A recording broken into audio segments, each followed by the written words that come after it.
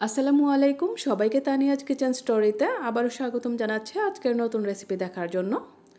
প্রচণ্ড গরমে কলিজা ঠান্ডা করে একটা ডেজার্ট ব্রেড কুলফি তৈরি করে দেখাবো। আশা করছি রেসিপি ভালো লাগবে। রেসিপি ভালো লাগলে অবশ্যই চ্যানেল সাবস্ক্রাইব করে আমার পাশে থাকবেন। এখানে আমি 4 পিস পাউরুটি নিয়েছি। পাউরুটিগুলোকে প্রথমে আমি ছোট ছোট টুকরো করে কেটে নিচ্ছি। ছোট ছোট টুকরো করে কেটে নেওয়ার পর এগুলোকে আমি ব্লেন্ডারে ব্লেন্ড করে গুঁড়ো করে নিব।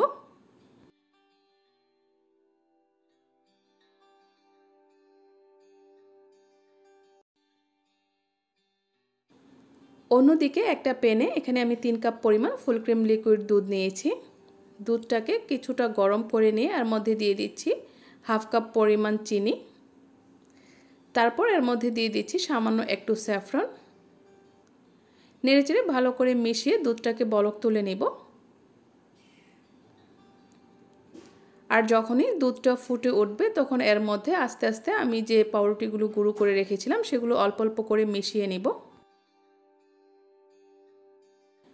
গুঁড়ো করা পাউরুটি অল্প অল্প করে দিয়ে সাথে সাথে ভালো করে মিশিয়ে নিতে হবে যাতে করে এগুলো দলা বেঁধে না যায়।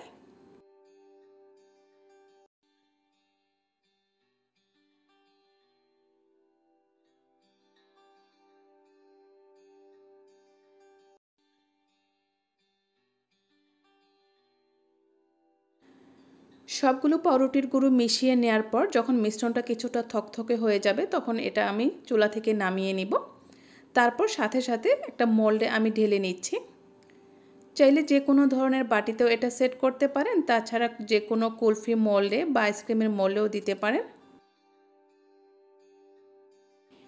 এবার মোল্ডের উপর দিক থেকে ফয়েল পেপার দিয়ে ঢেকে দিয়ে আমি এটাকে ফ্রিজে রেখে দিব সারা রাতের জন্য।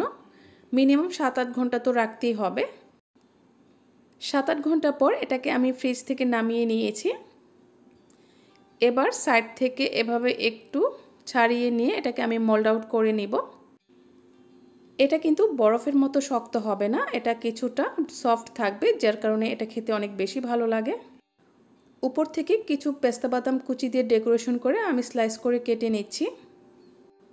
প্রচণ্ড গরমে ছোট বড় সবারই কিন্তু ঠান্ডা জাতীয় কিছু খেতে ইচ্ছে করে, তাই বাইরে থেকে দাম দিয়ে আইসক্রিম না কিনে খেয়ে এভাবে কিন্তু অল্প খরচে ব্রেড দিয়ে কুলফি তৈরি করে খেতে পারেন। এটা তৈরি করা যতটা সহজ, খেতে তার থেকে অনেক বেশি মজার হয়। খাওয়ার পর কেউ বুঝতেই পারবে না যে এটা এত সহজে আর এত অল্প খরচে তৈরি করা যায়। রেসিপি যদি ভালো লেগে থাকে তাহলে কিন্তু অবশ্যই ভিডিওটিতে লাইক এবং কমেন্ট করে দিবেন আর আপনার ফ্রেন্ডস এবং ফ্যামিলির সাথে শেয়ার করবেন। সাথে থাকার জন্য সবাইকে অনেক অনেক ধন্যবাদ। আল্লাহ হাফেজ।